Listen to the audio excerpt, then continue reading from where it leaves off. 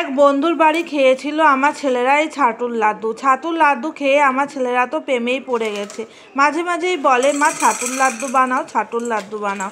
তো তাই আপনাদের কাছে আজকে শেয়ার করছি ছাতুর লাড্ডু বানানোর জন্য আমি খোসা ছাড়ানো যে ভাজা ছোলা সেটা 1 বাটি নিয়ে নিলাম।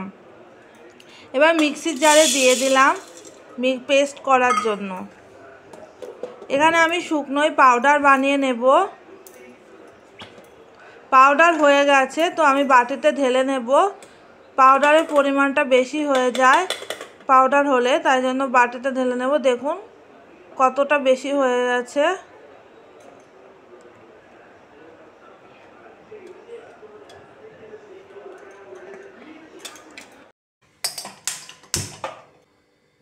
গ্যাস ধরিয়ে দিয়ে 1 বাটি গুড় আমি দিয়ে দিলাম। গুড়টা মেল্ট হওয়ার সাথে সাথে আমি 2 টিস্পুন ঘি দিয়ে দেব।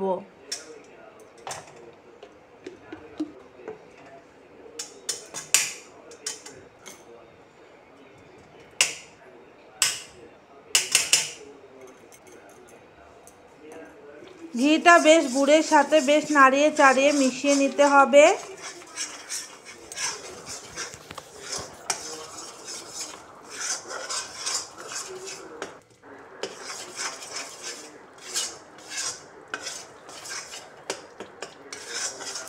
কিছুক্ষণ গুড়টাকে বেশ ভালো করে নেড়ে চেড়ে আমি ছাতুটা দিয়ে দিলাম।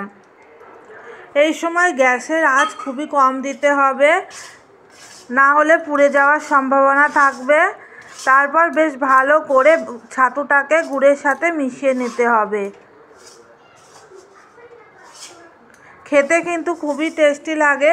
বাচ্চাদেরকে এইভাবে বানিয়ে দেবেন, টিফিনেও দিতে পারেন, খেতে ভালো লাগে।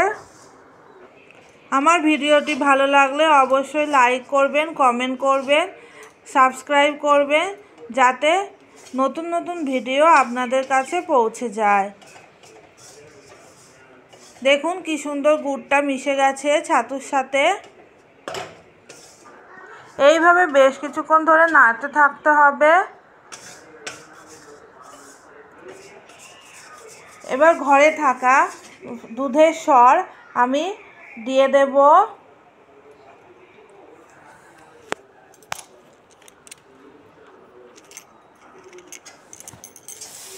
বেশ ভালো করে নেড়ে চেড়ে নিতে হবে।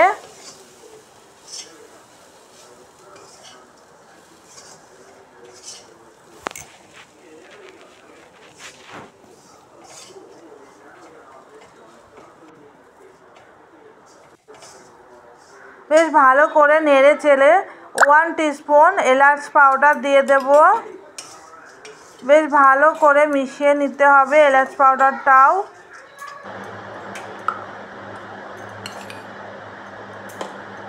আবারও 1 টিস্পুন ঘি দিয়ে দেব।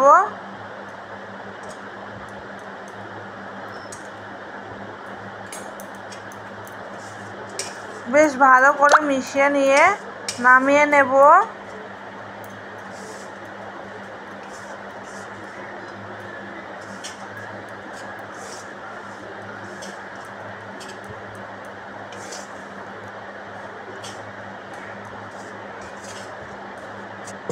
একটা থালা নিতে হবে। থালাটা বেশ ভালো করে মুছে কড়াইয়ের থেকে ঢেলে দিতে হবে।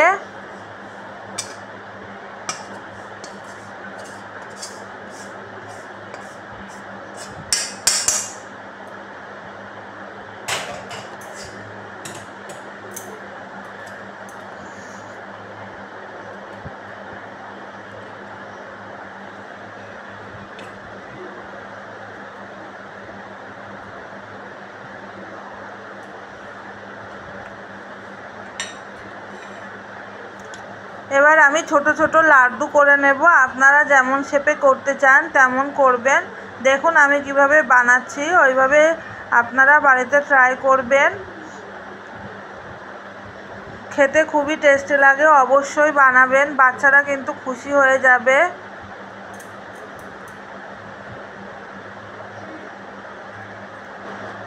এইভাবে আমি একে একে লাড্ডুগুলো তৈরি করে নেব।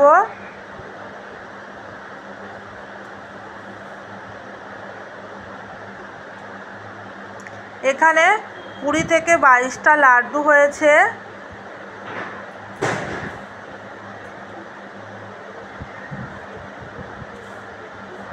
গরম গরমই লাড্ডুটা করে নিতে হবে, ঠান্ডা হয়ে গেলে হবে না। যদি কখনো মনে হচ্ছে যে লাড্ডু হচ্ছে না, তাহলে কড়াইতে ঢেলে আবারও একটু গরম করে নেবেন, তাহলে দেখবেন আবারও সুন্দর লাড্ডু শেপে হয়ে যাবে তৈরি।